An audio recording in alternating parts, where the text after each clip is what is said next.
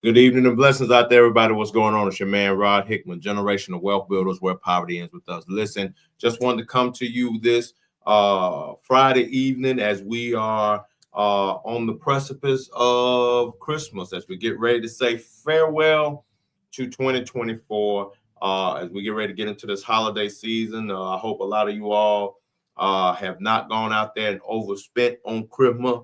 I hope that a lot of you all have gone out there and have been really, really cautious about what you're spending your money on. But either way, I ain't here to judge, not tonight.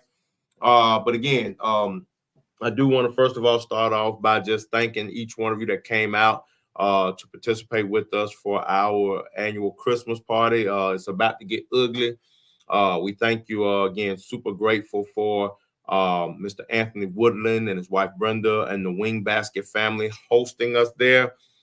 We had a great time. Had a great time. We were able to help a few families out. We had a great time. Again, shout out to brother J-Rod, DJ J-Rod. Super excited for him coming out there because we did have a really good time going into it. Now, as I get ready to talk tonight, again, I got a few things on my heart, so I want to share. First thing, I want to just ask a question. How was your 2024, right? If you have to sit back and be honest, right? Because that's what this time should be for, right?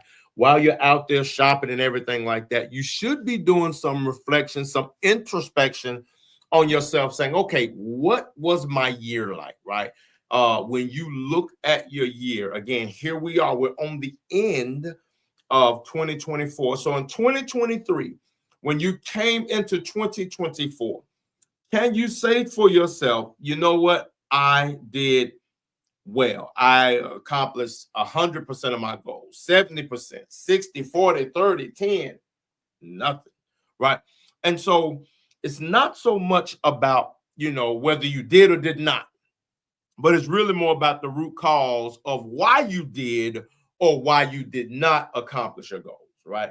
And one of the things that we teach our agents here at Generational Wealth Builders is we teach them that when it means something to you, when your goal is tied to something to your heartstrings, it means something to you.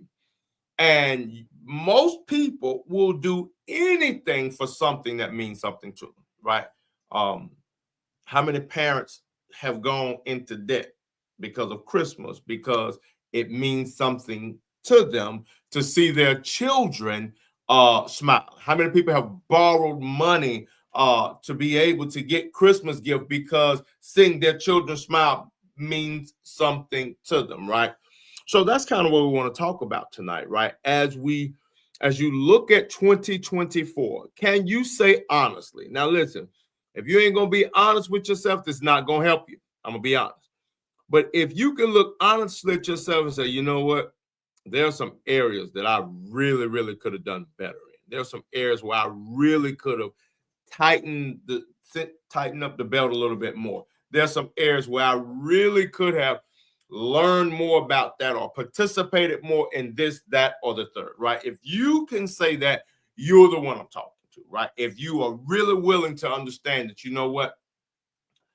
Unless I do better, unless I can acknowledge my shortcomings, right? Unless I'm willing to own those shortcomings, if I could just be straight with you, 2025 is going to be the same as 2024. You'll be here if the Lord delays coming next year at the same time saying, man, I didn't do what I wanted to do. And so what I want to do tonight, I want to help you. I want to help you in the sense of how can we help you move differently in 2025? Now, even though I'm going to talk from a financial standpoint, a lot of these same principles can be used cross-functionally, meaning you can use them in other areas of your life. And that's what we're going to talk a little bit about tonight, right? We're going to talk a little bit about that because I believe that when it comes to wanting to do better, sometimes all it takes is being properly educated on what needs to be done, right? So again, first thing it is, you need to know what you want, right? Like, what do you really want out of life? And when I ask that question, I don't want you to just say, oh, I want money. I want financial security. I want peace. I want this, that, and the other. So, because my next question or my follow-up question is going to be, well, what does that look like? Right? How do you define what it is that you want? How? How do you define that? How can you define what it looks like for you to have financial freedom? What does financial freedom look like, right? You must be able to identify what it is. And let me tell you why. Because once you can identify what financial freedom looks like, then we can put together a path for you to get to financial freedom. Does that make sense? If you say, for example, financial freedom for me means that I need to have $50,000 in savings after all my bills are paid. Well, what that does, that now gives us the ability to benchmark along the way. What do you mean by that, Rod? Okay, let's say you got $30,000 in bills. So now we know we have to find a way to pay off these $30,000 in bills.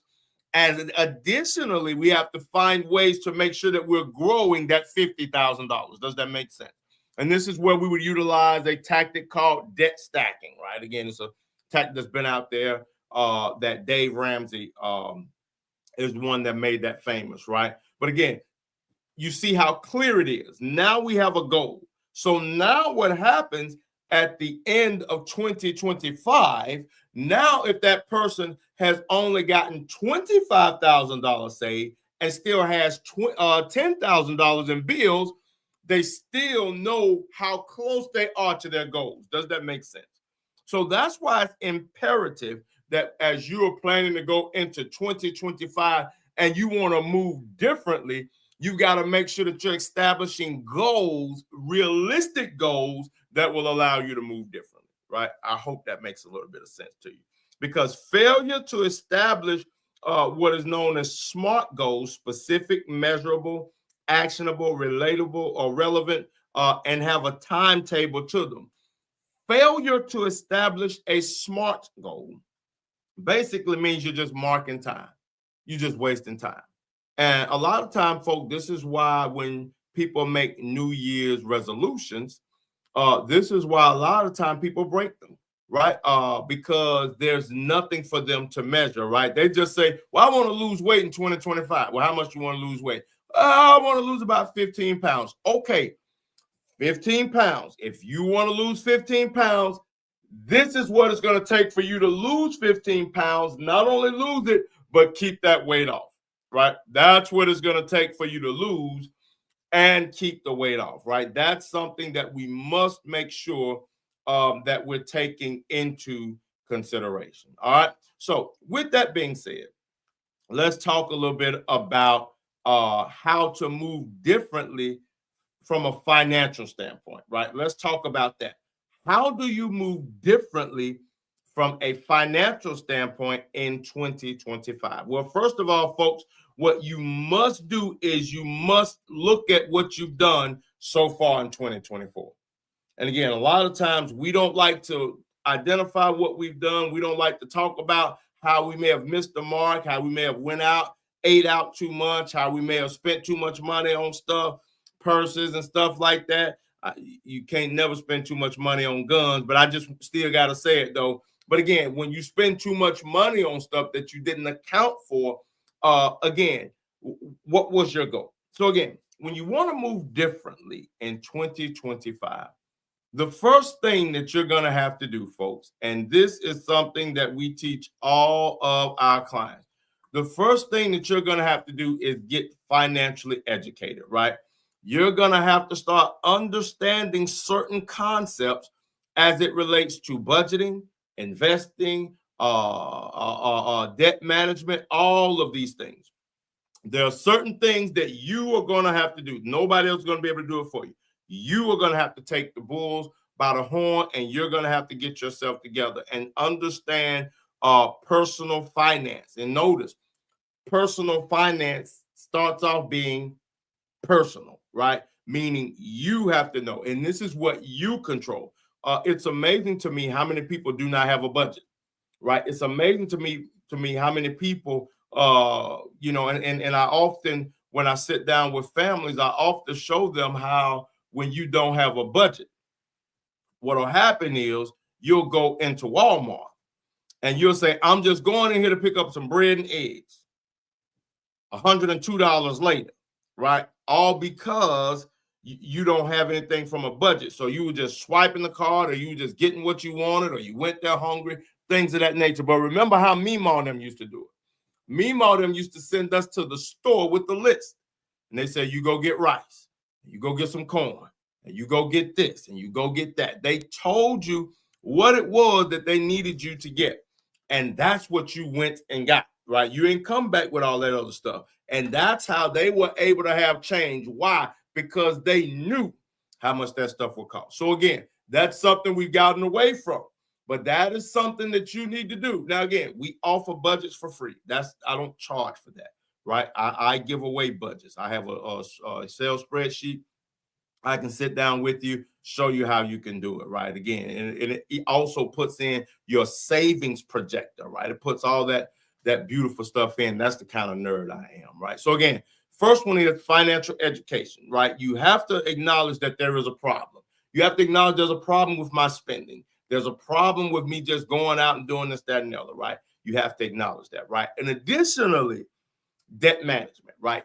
Debt is probably the most the biggest offender to torpedoing your personal budget, right? That's what debt is.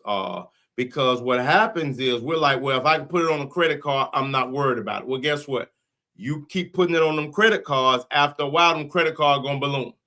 And what's happening is you just piecemealing a few dollars here and there, to and fro. But what's gonna happen is after you keep piecemealing, you're gonna find yourself where now, because you kept piecemealing, now the pot's growing, and then we're not even going to talk about the interest on the back end that's accumulating. So now it's created a monster, and then when you turn around and look, you're like, where'd the money go? What did I spend the money on, right? So that's something that you need to focus on, right? You need to focus on reducing your debt, or your debt to income ratio, or your DTI, right? And what that means is you should not have the bulk of your money going to your debt, right? You want to make sure that you're able to keep more of your money instead of giving it out to creditors, all right? Point number 2, and it's kind of harping on that, budgeting. What budgeting does, it tells us where you want to go. It literally says, I want to go here. I want to be financially free here. I want my family to be here. By the time I get here, I want to be here. And so this is what I have coming in versus what I have going out, right? And this is where discipline is needed, right? Too often, I see where people get a few extra dollars. And first time they get a few extra dollars, then they go off to the store, right? Because again, they got a few extra dollars. They feel like, oh, I done saved this money. I've earned the right to be able to go and blow this money, right? But no. What you've got to do, you've got to get to the point where you realize I've got to save it. Because again, the budget is more of a long-term focus. You're focusing long-term when you look at your budget, right? And then as I go to the next point, what that budget is going to do, that budget is going to help you create what we call an emergency fund. Now, an emergency fund is, God forbid, if something happens where you lose your job, or you get laid off, or something happens, you have at least 3 to 6 months of your budget set to the side so you don't have to freak out, right? So let me put that in perspective. So let's say that your light bill, your mortgage, and all this, that, and the third, car note, gas, all this here. Let's say on a budget, it's about $3,500 a month, or let's just say $3,000 a month. What we're saying here is, and what experts always suggested, that you need to have at least $18,000 in an emergency fund, whether that's in the bank, whether it's under the mattress, in a safe, whatever the case may be. You need to have that 3 to 6 months set to the side, because you never know what's going to happen. I was talking with some of my agents down there in Alabama, and they were talking about how Boeing has laid off 500 people. Now, remember, Boeing was just in talks about the strike, right? So you had people that were off from the strikes, and then they went back to work, and then now all of a sudden, guess what? They've let them go as a result of, just overall downsizing, right? So that's why it's important, because listen, folks, you never know what these companies are going to do in 2024. I know it's been said, oh, this is the best economy it's ever been. Hey man, I ain't wanting to go here, there, to or fro, but all I'm saying, I've seen better. And so with that being said, you need to make sure that you can take care of your family for 3 to 6 months. But here we go again. If you don't know what your monthly budget is, how are you then able to take care of it, right? How are you able to establish an emergency fund? You see how all this is kind of going together? All right. We talked a little bit about this earlier. Debt management. That's point number 4. You got to manage your debt, folks. You got to get out of this debt, right? Listen, as I talked about the debt stacking earlier, if you have a high interest rate on something, you need to get rid of that as quickly as possible. So let me give you the example that I normally use, right? So let's just say, and again, I wasn't born with a silver spoon in my mouth. Now, again, I done made all the mistakes that you could make, so that you get no judgment from Rod. I'm not the one to judge, but I just want you to understand. I've had the high interest rate loans on my vehicle. But here's the beautiful thing about that. What I come to find out, let's just say you're paying a 25% interest rate. Do you not know that basically means that you are paying for 25% of a car you would never get? Think about that for a minute. You're paying for 25% of a car that you will never get. 25% of a car. You'll never get it. And that's what you're paying for, simply by virtue of the interest, right? So that's why it's important for you to make sure that you manage your debt. And again, we can get into the conversation about good debt versus bad debt. People say, oh, my mortgage is good debt. I get that, but here we go again. If you have an absorbently high interest rate, then that means that you now have what we call negative equity. It's one thing if you bought the house while the interest rate was low, the house was worth more, you've built equity. Now you have a positive equity, meaning if you needed to do a HELOC, you could pull money out of that equity because they're saying the house value's high. Well, guess what? If you're on the reverse side of that, guess what? You can't pull nothing out because you're what they call upside down. So that's why it's imperative that you manage your debt, right? You want to make sure you're managing your debt. Now, another reason why you want to make sure you manage your debt is because guess what? We're all getting older. So that takes me to the next point where we're going to talk a little bit about retirement accounts, right? What does your retirement account look like, right? I know some people are like, hey, man, my retirement account is good. My 401k. Y'all have seen my videos about 401k. I'm not here to hash that out tonight. That's not what we're going to do tonight. But I want you to understand that you must have something to prepare for retirement. You may say, Rob, I'm kind of close to retirement, man. I don't know what to do. Well, again, we got you.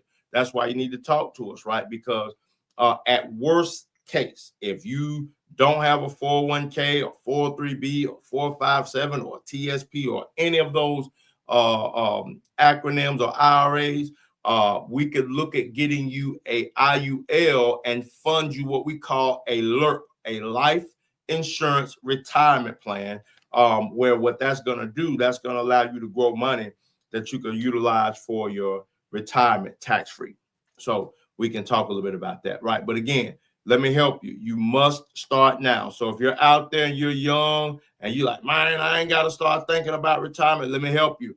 According to the rule of 72, if you start now, you don't have to put in as much money. It's a very simple rule. If you wait till late, you got to use a whole lot of money you got to grow a whole lot of money in a short amount of time. The earlier you start, the less you have to put in, but the more money you're going to grow simply by virtue of the rule of 72. And here we go again. You got to make sure that your retirement money is in a place where you're not losing, because understand how the market works. You gain in percentage, but you also lose in percentage. And like I say, I'm not going to go over all that tonight, but if you've ever watched any of my videos about the 401k and how the variable market works, you can go back through that. All right. So let's talk about something that's really, really important, especially in this time of the year. Let's talk about estate planning, right? Estate planning is something that people do not do anymore. And because you are not planning to protect your estate, what's going to happen is your family is going to be put in a very, very compromising position. Now, what am I talking about? I was talking with someone today, and I could have bought them free after I told them this. But when I told them that your creditors can lay hold to your insurance, they can tie it up in probate, they were like, "What are you talking about?" I said, "Yes, ma'am." I say, "Did you not know that if you got $100,000 policy and you got $50,000 in debt out there, your creditors can tie up that policy until they get their money." Now, here's the thing about it. Your family is waiting on that money. They're thinking they're getting $100,000, but they're not going to get $100,000. They're going to get whatever comes after probate, which at best case is $50,000. Now, additionally, a lot of people say, "Well, I need to have a will." And a will is a great tool to tell people what you want to happen after you're gone. That's what a will is for. But what I also want you to understand about a will is that a will makes sure that your creditors get paid first. So your family will get what's left after the will makes sure that all the creditors get identified. That's how a will works. Trust is a little bit differently. A trust is something that they can't get a hold of, right? They can't get a hold of the money that's in the trust. So if you have a trust and you have property and your life insurance policy goes to the trust, your family is automatically taken care of. And so if you have a will that's in the trust, now all of a sudden your family is on deck. Does that make sense? I hope that makes sense. You've got to make certain that you understand these concepts. Failure to understand these concepts means that your family is going to struggle bad. They're going to be on that struggle bus. And nobody wants to be around here while they're grieving the loss of a loved one, trying to figure out what I got to do to keep the house, what I got to do to get this insurance. You don't want to do that.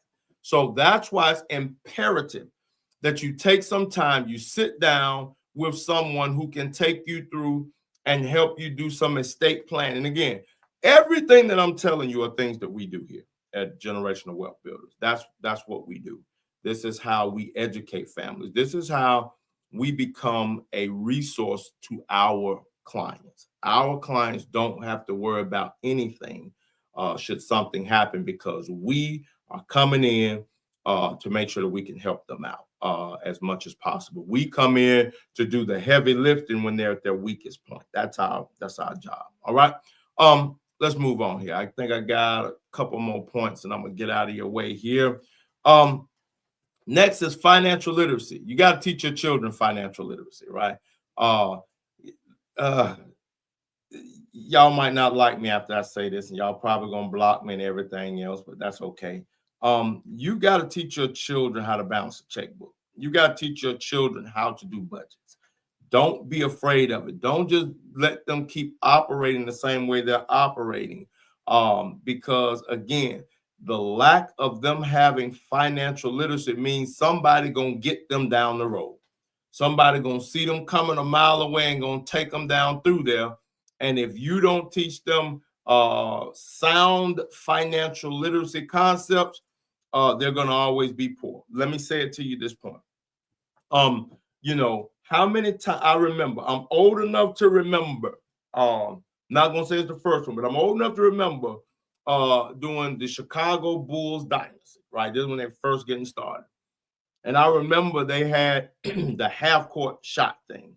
And it was a janitor that won, they gave him the opportunity to shoot the shot.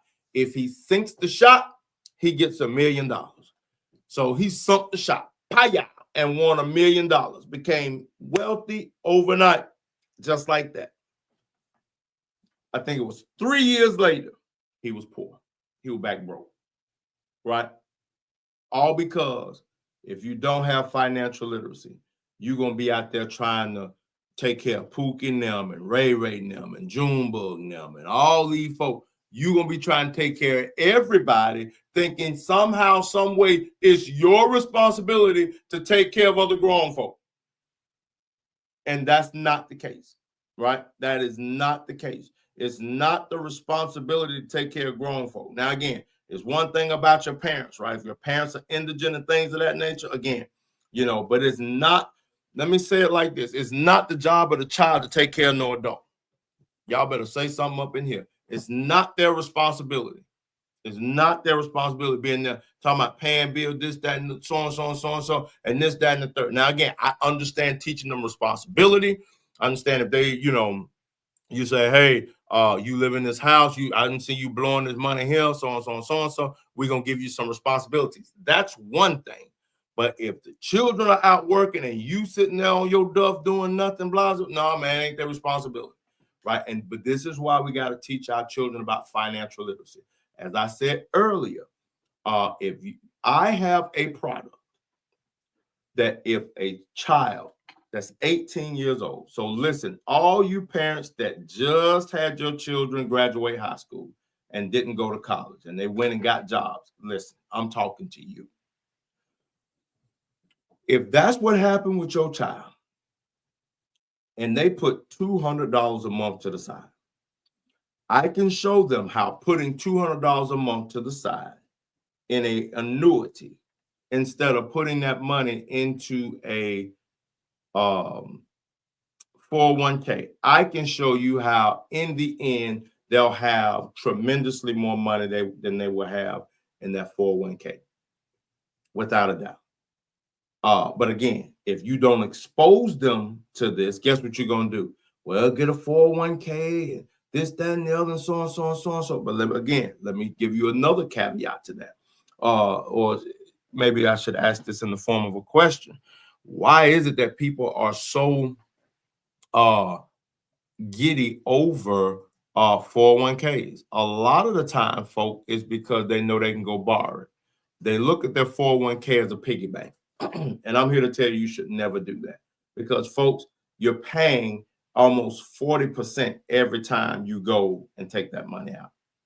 You're paying 40% in taxes. So you're shooting yourself in the foot 40% every go round, right? And that's if you're in a state that doesn't have state taxes. If you have state taxes, then it's probably over 40% every time you touch that money.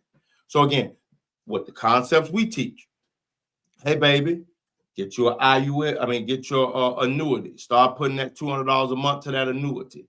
I think at age 67, they'll have somewhere over $6 million. For sure. For sure. And then you get your IUL, or Index Universal Life Policy. And baby, you start overfunding that.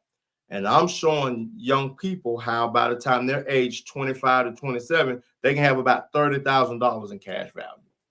That's what we do.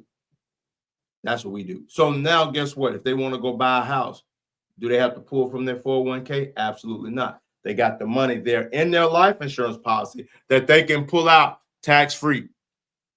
That's what we show people, right? So that's why financial literacy is important. You may not know, but make sure that your kids know, right? Make sure your kids, don't be no hater now. I can't have them doing better than me. That's what haters say, right? I want my baby to go further than I can. Why do you say that, Hickman? Well, guess what? I built the platform. So, Bull, this is the platform. So, baby, if you out there and you watching this, baby, this is the platform. You can't come down, baby. This is the platform. This is where you launch from. And guess what? The higher I go, guess what? The more I push that platform up. So again, that's what parents should do. That's what parents are supposed to do. Because again, the Bible says that a good man leaves an inheritance to his children's children. And that's not just money. It's also in education and financial literacy. You got to have a long-term mindset, right? Rome was not built overnight. It was not. You didn't get in all these financial problems overnight, right? You didn't. You have to understand that you got to take your time getting out of some of these financial problems, right? Some of y'all want to get rich quick way. Every time you do that, you're going to mess yourself off. So what we teach our clients how to do is we say, okay, where do you want to be? Actually, let's talk about where you want to be. So let me use as an example. If you wanted to drive from Memphis, Tennessee to California, right? What you're going to do is we're going to map out the way for you to get from Memphis, Tennessee to California. The goal is for you to get to Los Angeles, California, and we're going to help you get there, right? But you're going to have some stops along the way. You ain't going to just be able to jump on the road and be like, yeah, on a tank of gas, I'm going to get from here to California. No, ain't going to happen. So you're going to have to make sure that you understand when you decide to make that haul, you got to understand that's a haul. And so you got to make sure that you're prepared for that, right? And that's what we want to make sure. So again, we're going to create short-term goals, meaning we're going to create little benchmarks of success, right? So like I used earlier, if you say financial freedom for me means I have no bills and I have $50,000 in my savings account at my disposal. Okay, wonderful. That gives us benchmarks, right? So now we're able to say, okay, this is what you have. So this is how we'll pay this off, so on. So now we're going to start funneling money here. Then we'll start doing that. Again, benchmarks along the way. So you're going to see yourself getting better. Again, when you first start off on that drive to California, I've never driven it, but y'all got to understand, anything more than about 8 hours to me, I'm like, oh, Jesus, take me now. It feel like we walking to the moon. I promise, like, take me now, Lord. I can't deal with that, right? I'm just being honest about it. So again, when I think about it, when I hear it take a whole day to drive across Texas, no, sir, no, ma'am, not me, not Hickman. You can miss me with that. Oh, no, a whole day to drive across? No, sir, no, ma'am. But I'm bringing that up because you've got to have that if you want to go to California. That's what I'm trying to get you to see. If that's where you're trying to go, you got to have the patience to get there. All right. All right. The last thing before I get out of y'all way tonight is this: networking and mentorship. Sometimes people treat this like it's a dirty word. They treat it like it's a dirty word. There is nothing in the world wrong with networking and surrounding yourself with people who know more than you. Don't you know that is what the wealthy do, and that's how they stay wealthy. Truly wealthy people are not intimidated by people who are smarter than them. Rather, what they do, they employ them to make them money. Hear me. Truly wealthy people, they are not intimidated because a person is smarter than them. What they say is, hey, fella, if you know that, let me give you some of my money. Let me hire you to make sure that I don't end up in such and such and such a place. People with a poor mindset, man, they think they know everything. Man, I ain't finna let these folk in my business. Well, guess what? You're going to stay right where you are. Why not utilize the value of the person who actually knows something, why not utilize that for your benefit? Folks, that's the reason why wealthy stay wealthy. Their money is no different from your money.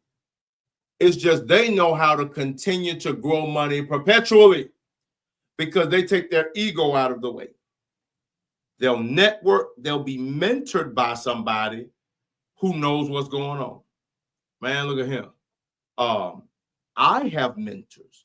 I'm blessed to have great mentors. You know, I'm blessed to be able to spend time and have direct access. Listen, I'm talking about direct access. I'm not talking about some, you know, you got to rub a genie lamp or something like that. I'm talking about direct access to decamillionaires, multimillionaires. I do.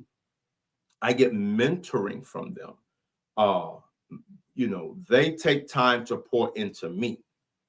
And from that point, what I do, I then understand it, learn it. Yes, sir. Yes, ma'am. And I go and execute. That's what mentoring is all about. Why? Because they're at a place, they've already been where I want to go. So why wouldn't I listen to them? Folks, that is likened unto somebody, a couple folk having a conversation, and one person say, man, I really want to go to Universal Studios. And the other person say, man, I can tell you all about Universal Studios. And you ask that person, well, when did you go? Oh, well, I haven't been. Well, wait a minute, fella. If you haven't been, how in the world are you going to tell me about what? Well, I saw it on the internet. No, brother, I can't deal. I need you to have been there, right? Case in point, I remember when my wife and I got married, and we took our children to Disney World, and we went to the Magic Kingdom. We went to the Magic Kingdom. Because I was like, yeah, the baby's going to want to go to the Magic Kingdom. Man, when I tell you that was the most boring time I ever had in my life. Even the kids was on the ride like, I mean, and I'm talking about they were little things too at the time. I mean, they were so small. And they were just like, but they were making the best of it. And I paid almost $400 for us to get in there. And I just remember being mad, like, man, what in the world is this? How did I end up in this camp right here, right? Why am I saying that? I was listening to what everybody else was saying, but I hadn't talked to nobody that had actually been there. We went to a place called Fun Spot down in Orlando. And I paid about $120. And when I tell you we had a ball, we had a ball. I'm bringing that up to say, if anybody asks me about going to Disney World and they say I'm going to the Magic Kingdom, I got something to say like, hey, fam, look at him. Yeah. If you want to be bored, yeah, go ahead. I'm going to tell you. You're going to stand in line for a long time for them to see a princess. I'm just saying. I'm just saying, bro. Do Universal Studio or go to Fun Spot. One or two, bro. One or two. What? Because I've been there. You get what I'm saying? So with that being said, I'm utilizing that to say that when in 2025, if you are seriously now, if you're not serious, I'm not talking to you. Real talk. If you are comfortable where you are, I'm not talking to you. I'm just yapping. Gums just beat. But if you're super serious about moving differently in 2025 because you want to change your financial trajectory, because you want to make sure that your family is on another platform, because you yourself say, hey, it's something in me that I want to bring out of me. I've been passive for way too long. I've just been sitting by here. I've been watching other people. I've been doing this. Watch this. I've been fearful. That's a big thing right there. I've been fearful of moving forward because I don't want nobody to not say no, not support me. If that's you, then basically these points that I led tonight, we need to talk. Just hit me up. You can inbox me on either one of these platforms. where you see this video. I want to talk with you. I want to show you personally. I'm willing to work with you personally on how to move differently in 2025. You can. I'm here to let you know you can.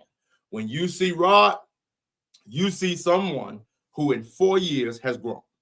Year over year over year, I've grown, right? I'm continuing to grow as a person. And I realized that once I get to one more level, I'm like, oh, and I'm ready to celebrate. I'm like, oh, got another level to go to.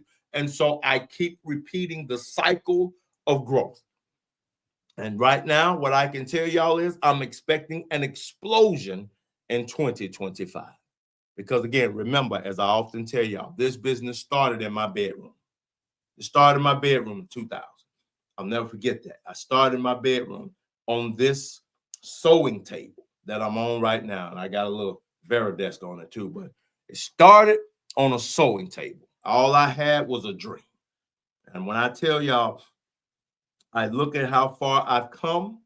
I look at 2024, and I tell you in a lot of ways, I'm super grateful for what the Lord has done. Did I cross all my I's, dot all my T's? No, I didn't. But guess what? I know what happened. I know what I need to adjust. I know what I am going to adjust.